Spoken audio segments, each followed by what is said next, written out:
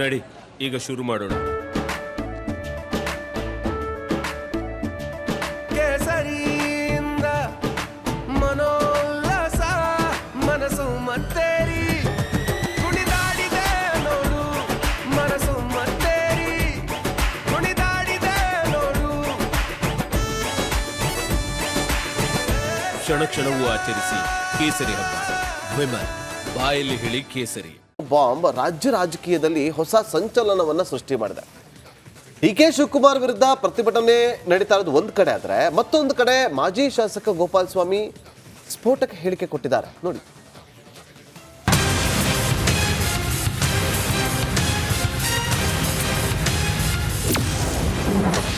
Audio bomb ಸ್ಫೋಟಕ್ಕೆ JDS ಕಿಡಿ.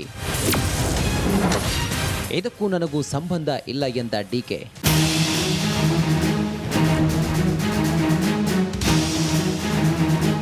ದೇವರಾಜೇಗೌಡ ಹಾಗೂ ಶಿವರಾಮೇಗೌಡ ಮಾತಾಡಿದ್ದಾರೆ ಎನ್ನಲಾದ ಆಡಿಯೋ ಬಾಂಬ್ ಸ್ಫೋಟ ಬೆನ್ನಲ್ಲೇ ಎಚ್ಡಿಕೆ ಕೆಂಡಾಮಂಡಲವಾಗಿದ್ದಾರೆ.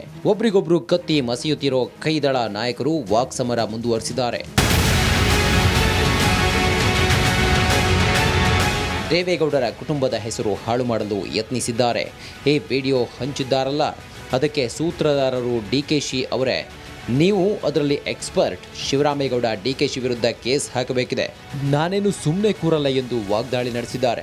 ಯಾವ ದೇವರಾಜೇಗೌಡ ನಿಮ್ಮ ಶಿವರಾಮೇಗೌಡ ಮಾತಾಡೋದಲ್ಲ, ಫೋನ್ ಮಾಡಿ ಹಲೋ ಎಲ್ಲಿದೆಯಪ್ಪ ಅಂತ ಕೇಳಿದ್ರಲ್ವೇ. ಅಣ್ಣ ನಾನು ಎಲ್ಲನೂ ಹೊಸಕೋಟೆ ರೋಡಲ್ಲಿದ್ದೀನಿ, ಮನೆ ಎಲ್ಲಣ್ಣ.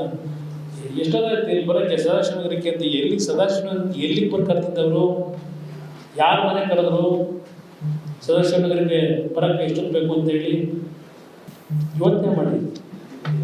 ಸದಾಶಿವನಗರದಲ್ಲಿ ಇರೋದು ಯಾರು?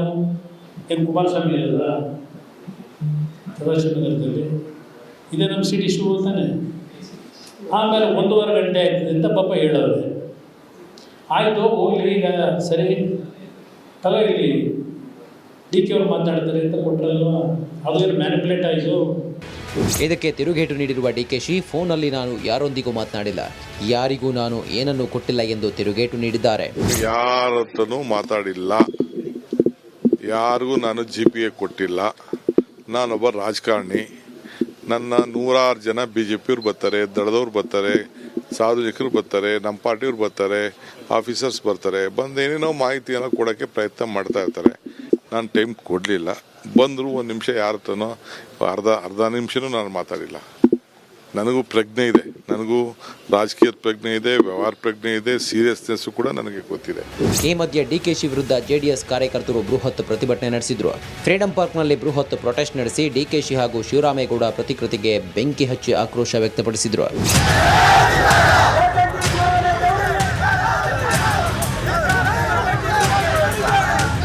ಪೆನ್ಡ್ರೈವ್ ಕೇಸ್ ಸಂಬಂಧ 5 ಕೋಟಿ ನೀಡಲು ಗೋಪಾಲಸ್ವಾಮಿ ಬಂದಿದ್ರು ಎಂಬ ಸ್ಫೋಟಕ ಮಾಹಿತಿ ನೀಡಿದ್ದಾರೆ. ನಾನು ದೇವರಾಜೇಗೌಡ ಜೊತೆ ಮಾತನಾಡಿರೋದು ನಿಜ, ಆದರೆ ಹಣಕಾಸು ವಿಚಾರ ಮಾತನಾಡಿಲ್ಲ.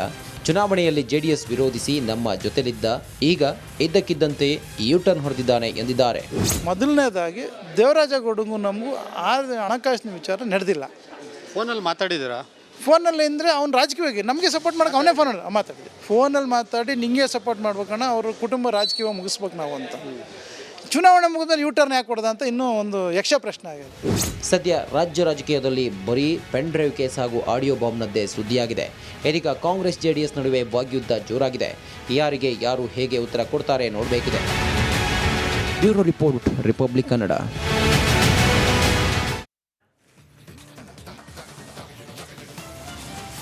ಪೆನ್ ಡ್ರೈವ್ ಪುರಾಣದಲ್ಲಿ ನಾಯಕರ ವಾಕ್ ಸಮರ ಮುಂದುವರೆದಿದೆ. ನೋಡಿ ವೀಕ್ಷಕರೇ, ನಿಮಗೆ ನೆನಪಿರ್ಬೋದು, ಇದೆಲ್ಲ ಈ ಪೆನ್ ಡ್ರೈವ್ ಕೇಸ್ ಬರೋದಕ್ಕಿಂತ ಮುಂಚೆ CM ಡಿ.ಕೆ. ಶಿವಕುಮಾರ್ ಮತ್ತು HD ಕುಮಾರಸ್ವಾಮಿ ಅವರ ನಡುವಿನ ವಾಗ್ಯುದ್ಧ ಸಿಕ್ಕಾಪಟ್ಟೆ ಜೋರಾಗಿ ನಡೀತಾ ಇತ್ತು. ಈಗ ಅದು ಮುಂದುವರೆದಿದೆ ಅಂತ. ಡಿ.ಕೆ.ಶಿ ಮೇಲೆ ಫೋನ್ ಟ್ಯಾಪಿಂಗ್ ಬಾಂಬ್ ಹಾಕಿದ್ದಾರೆ HDK. ನನ್ನ ಸುತ್ತಮುತ್ತ ಇರೋ 40 ಜನರು ಫೋನ್ ಟ್ಯಾಪ್ ಮಾಡಲಾಗಿದೆ ಅಂತ, ರೇವಣ್ಣ ಅವ್ರ ಫೋನು ಕೂಡ ಟ್ಯಾಪ್ ಮಾಡ್ತಿದ್ದಾರೆ ಅಂತ. ಅದಕ್ಕೆ ಏನು ಗೊತ್ತೇ ಇಲ್ಲ ನನಗೆ ಅಂತ ಡಿ.ಕೆ. ಶಿವಕುಮಾರ್ ಹೇಳಿದ್ರು. ಏನೇನು ಹೇಳಿದ್ರು ನೋಡಿ.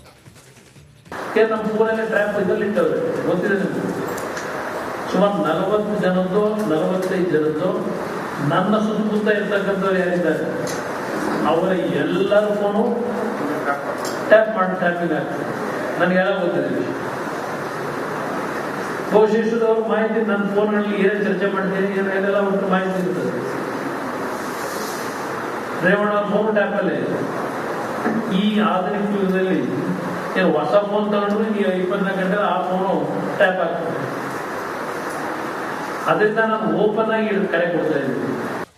ಫೋನ್ ಟ್ಯಾಪ್ ಆರೋಪ ಮಾಡಿದೆ ಸರ್ ಕುಮಾರಸ್ವಾಮಿ ರೇವಣ್ಣ ಅವ್ರ ಫೋನ್ನ ರಾಜ್ಯ ಸರ್ಕಾರ ಟ್ಯಾಪ್ ಮಾಡ್ತಾ ಇದೆ. ನನಗೆ ಗೊತ್ತಿಲ್ಲಪ್ಪ, ಐ ಡೋಂಟ್ ನೋ. ಯಾರೋ ಅಂತ ಮುಟ್ಟಾಳ ಕೆಲಸಕ್ಕೆ ನಮ್ಮ ಸರ್ಕಾರ ಹೋಗೋದಿಲ್ಲ.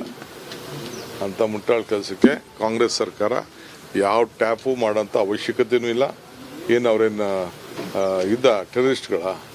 ಟೆರರಿಸ್ಟ್ಗಳಿಗಾದ್ರೆ ಪರ್ಮಿಷನ್ ತೊಗೊಂಡು ಮಾಡ್ತಾರೆ. ಅವರು ನಮ್ಮ ರಾಜ್ಯದ ನಾಯಕರುಗಳು, ಅವ್ರಿಗೆ ಯಾಕೆ ಟ್ಯಾಪ್ ಮಾಡೋಕ್ಕೆ